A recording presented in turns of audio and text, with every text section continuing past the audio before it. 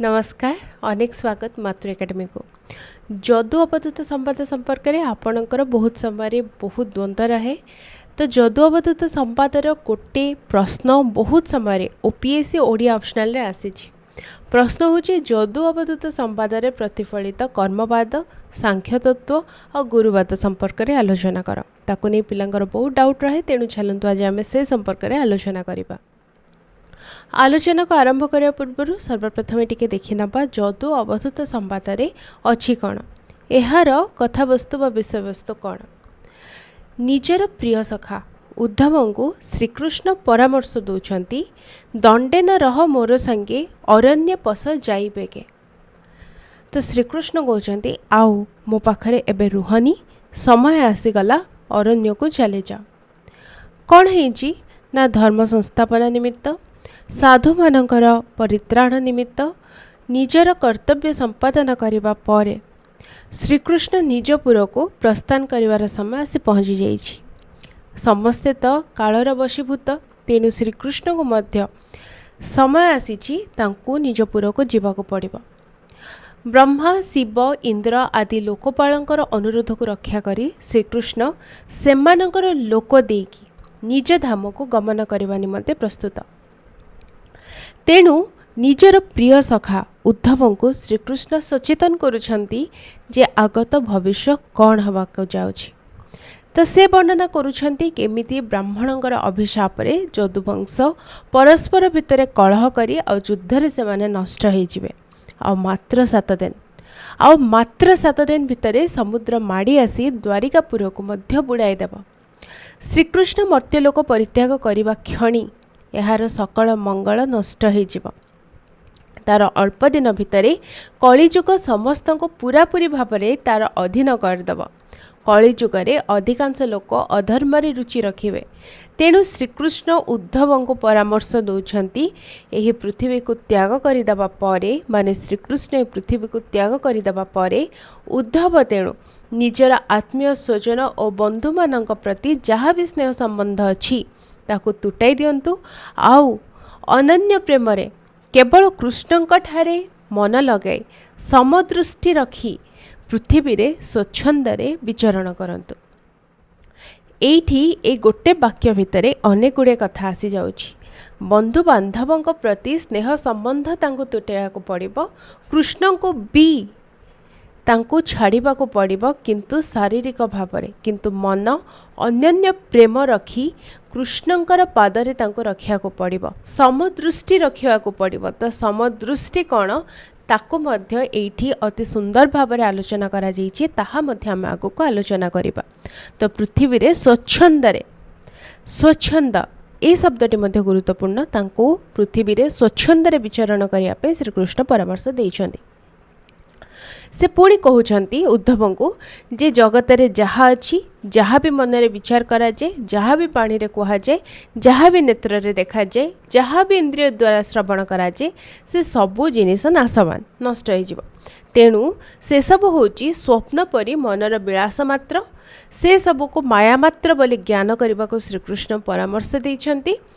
सेतेबेले श्रीकृष्ण कर्मर स्वरूप वर्णना करी तांको कहउछन्ति जे तुमे एथर नियत कर्म कर। तो नियत कर्म करिया को तो से कहले तापरे से तांको सांख्य योग कथा भी कहले गुरुवाद कथा भी कहले आ गुरुवाद को बुझेबा को जाई से तांको जदु अवधूत संवाद कहउछन्ति। तेणु एइटा प्रकृत रे एक संवाद शैली रे लिखाइछि माने कथोपकथन भितरे कथोपकथन माने पूरा भागवत अच्छी सुख परीक्षित कथोपकथन रे जहाँ भितर श्रीकृष्ण उद्धवंकर कथोपकथन आम देखा पाइबा। ता भितरे कथोपकथन अच्छी श्रीकृष्ण कहउछन्ति उद्धव को जदु अवधूतंकर कथोपकथन। तेणु कथोपकथन भितरे कथोपकथन आम ये देखा पाइले। यहाँ हूँ भागवतर एक सुंदर शैली। तेबे एठी जो कथा से वर्तमान बुझा जाउछन्ति 24 गुरु प्रसंग मो आगरू बहुत थर आलोचना करिछि। तेणु आज आम 24 गुरु प्रसंग को आलोचना करबा नाही। आज आम आलोचना करबा ओपीएससी सिविल सर्विस एग्जाम रे जो प्रश्न आसे कर्मवाद सांख्यवाद और गुरुवाद संपर्क रे आलोचना कर।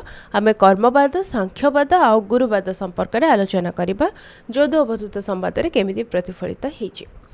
तेबे प्रथमे आसुची कर्मर सिद्धांत कथा। श्रीमद् भगवत गीता रे श्रीकृष्ण कहउचंती कर्मण्य कर्म यः पश्येत कर्माणि च कर्म यः सह बुद्धिमान मनुष्येषु युक्त कृत कर्म कृत। अर्थात कर्म भितरे जो मनुष्य अकर्म को देखि पारे, अकर्म भितरे जो मनुष्य कर्म को देखि पारे से ही वास्तव बुद्धिमान। जहाँ मनुष्यर कर्तव्य ताको कर्म कहुए, जहाँ भी मनीष करवा उचित ताहा उचित तार कर्म। जो कर्म मनीष को जन्म मृत्यु और जन्मांतर कर्म रे बांधे नहीं से ही कर्म को अकर्म कहुए। प्रकृत रे आमे जो काम भी करूँ ताहा आमको यही जन्मांतर कर्म रे बांधे प्रायतः। माने जेमिति कि मु आपणक पई किछि गोटे भल कली ताहाले आपण मो पई किछि गोटे भल करिवे बोली माने नै। आपण आउ कहा पई गोटे भल करिवे, कहा पई हेले मध्य आपण भल करिवे।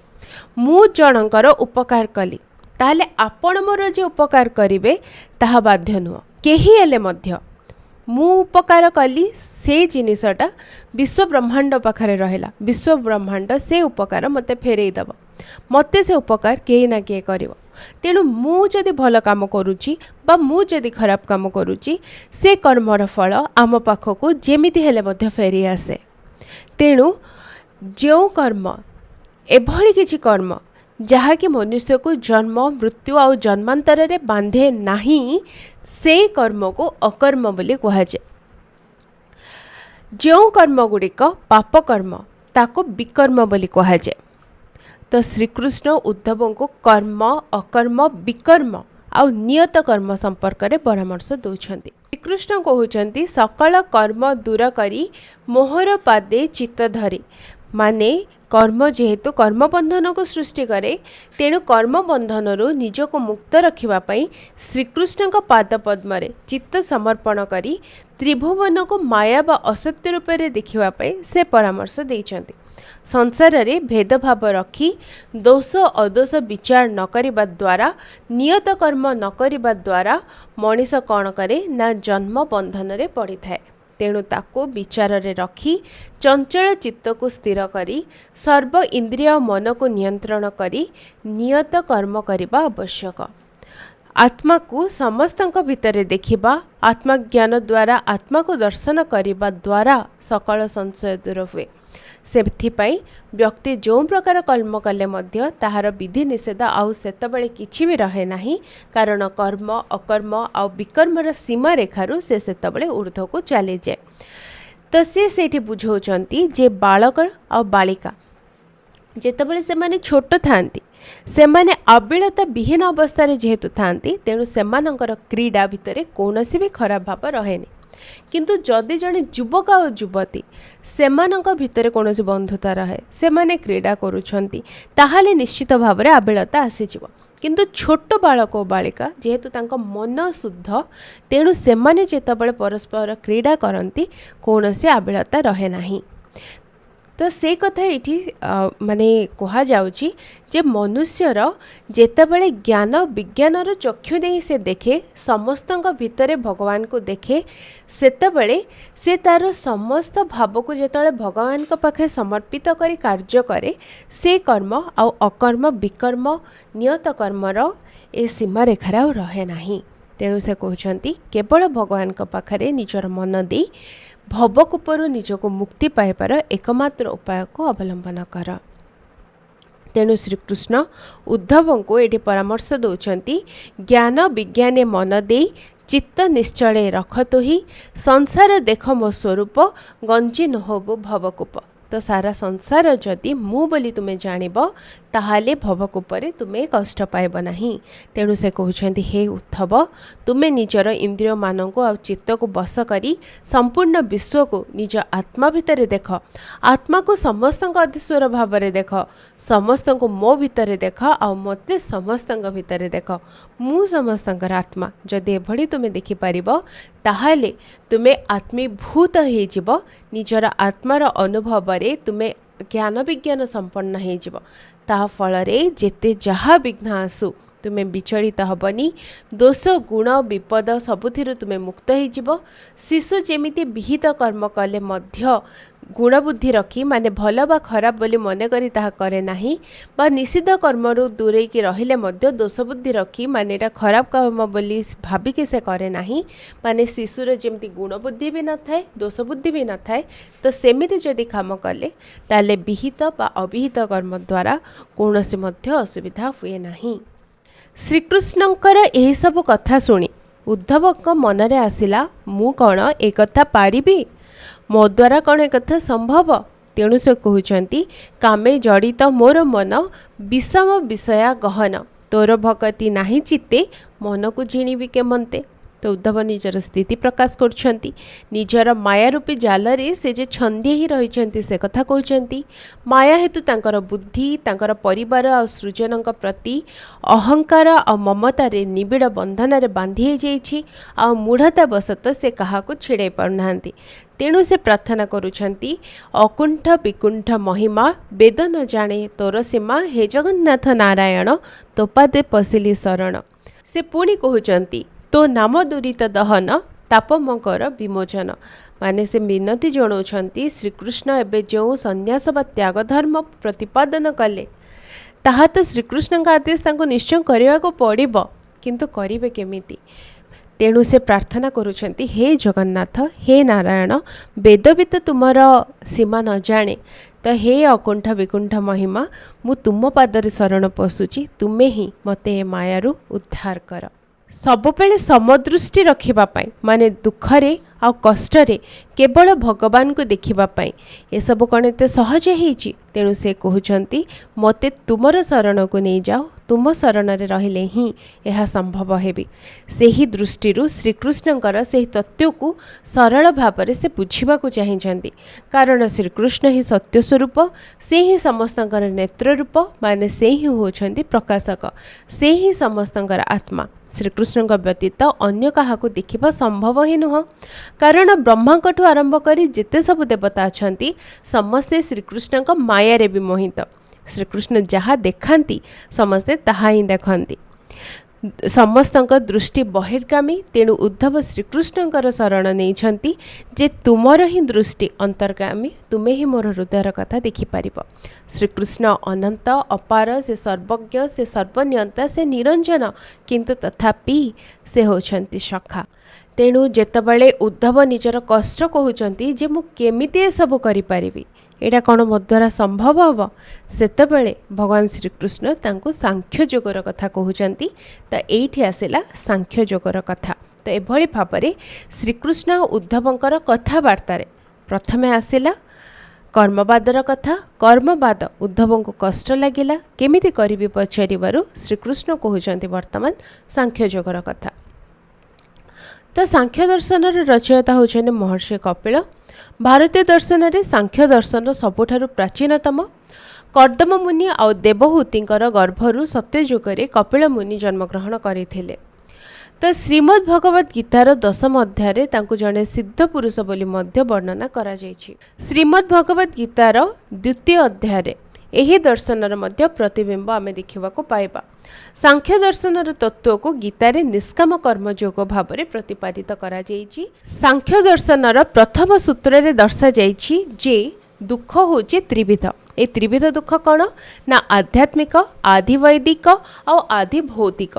आध्यात्मिक दुख कौन ना जहाँ आत्मिक माने निज द्वारा सृष्टि हुए निजर कहा प्रति आकर्षण सृष्टि है तेणु ता जनित दुख है ता जनित भावावेगर कष्ट है ताहले सेटा आध्यात्मिक दुख निजर शरीर कष्ट है ताहले सेटा आध्यात्मिक दुख मु किछि गोटे कथा भाविदेली मु निराश हो गली तेणु डिप्रेशन हो गला ओवर थिंकिंग करदेली ए सबू जहाँ निजर दुख शोक भय क्रोध जहाँ भी दुख ए सबू निज पाई ही आमे निज पाई दुख सृष्टि करू निजे दुख सृष्टि करू।